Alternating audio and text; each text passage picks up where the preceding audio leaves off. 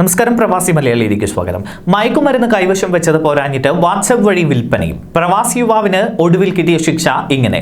പ്രവാസിക്ക് Doha criminal കോടതി 5 വർഷം തടവ് ശിക്ഷ വിധിച്ചു. 5 വർഷത്തെ തടവ് ശിക്ഷയ്ക്ക് പുറമെ 2 ലക്ഷം റിയാൽ പിഴ അടയ്ക്കാനും ശിക്ഷ കാലാവധി കഴിഞ്ഞ് പ്രതിയെ നാട് കടത്താനും കോടതി ഉത്തരവിടുകയും ചെയ്തു. 32 പാക്കറ്റ് ഹാഷിഷും നാഡീവേദനയ്ക്ക് ചികിത്സിക്കാൻ ഉപയോഗിക്കുന്ന 70 ഗുളികകളുമാണ് പ്രതിയിൽ നിന്നും സുരക്ഷാ വകുപ്പ് കണ്ടെത്തിയത്.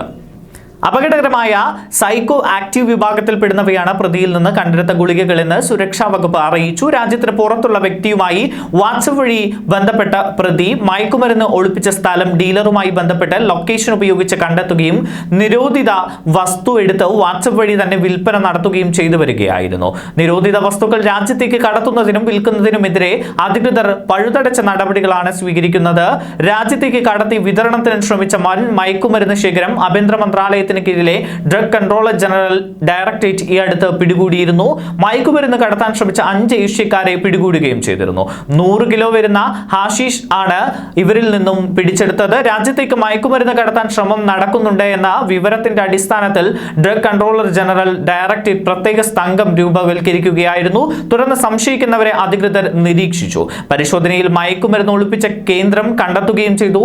മാർബിളുകൾ സംഭരിച്ച കണ്ടെയ്നറുകൾക്കുള്ളിലാണ് മയക്കുമരുന്ന് ഒളിപ്പിച്ചു വെച്ചത്.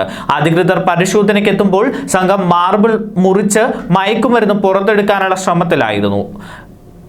192 പാക്കറ്റുകളിലായാണ് ഹാഷിഷ് ഉണ്ടായിരുന്നത്.